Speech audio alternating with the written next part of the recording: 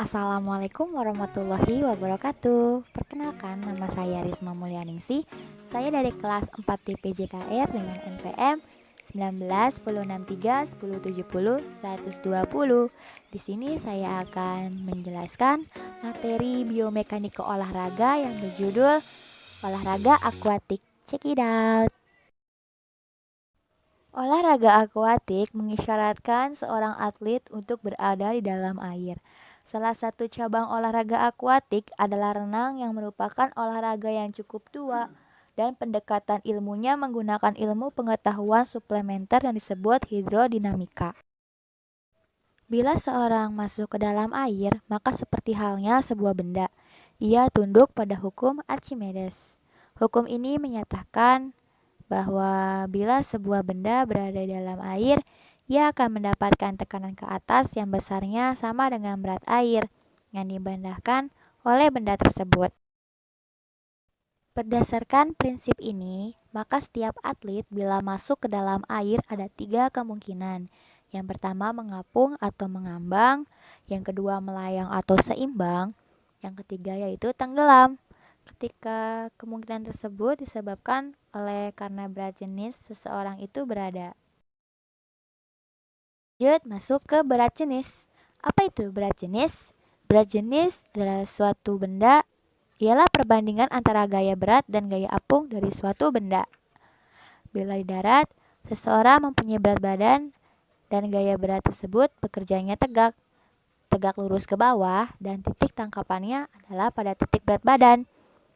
Bila seorang ada dalam air, kecuali gaya beratnya, ia juga mendapatkan gaya yang disebut gaya apung. Gaya ini adalah gaya dorong yang bekerja tegak lurus ke atas. Gaya apung ini bekerjanya pada titik pusat yang disebut titik apung.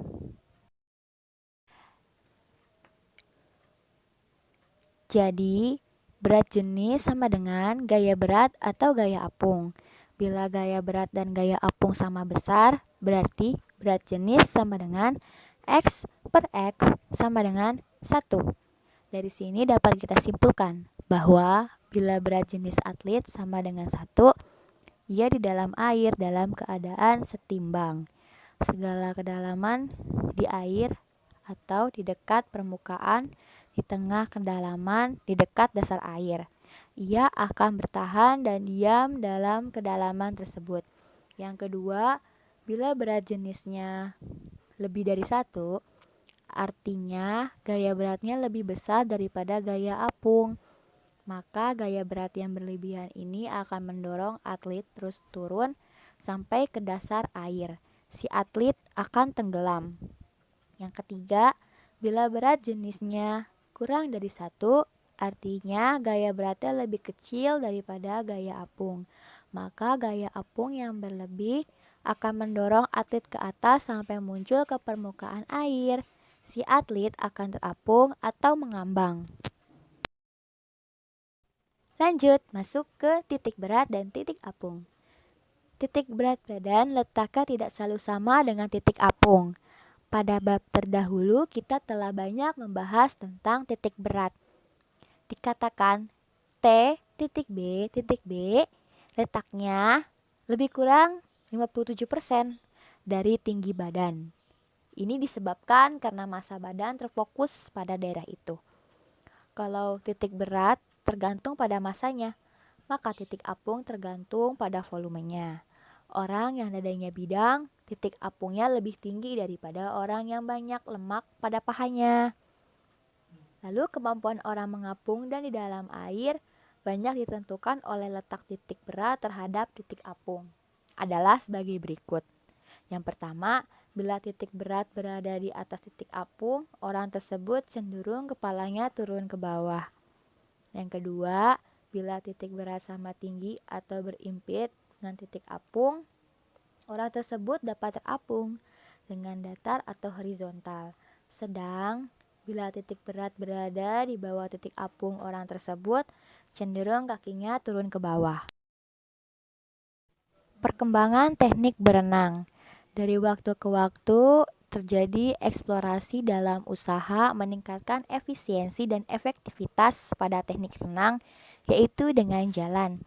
Yang pertama, menghasilkan gaya propulsif atau propulsive force yang sebesar-besarnya, dan yang kedua itu mengurangi gaya resisten atau retardation menjadi seminimal mungkin. Seperti kita ketahui, gaya propulsif atau postulat adalah gaya produktif, yaitu gaya force yang menghasilkan gerak laju ke depan.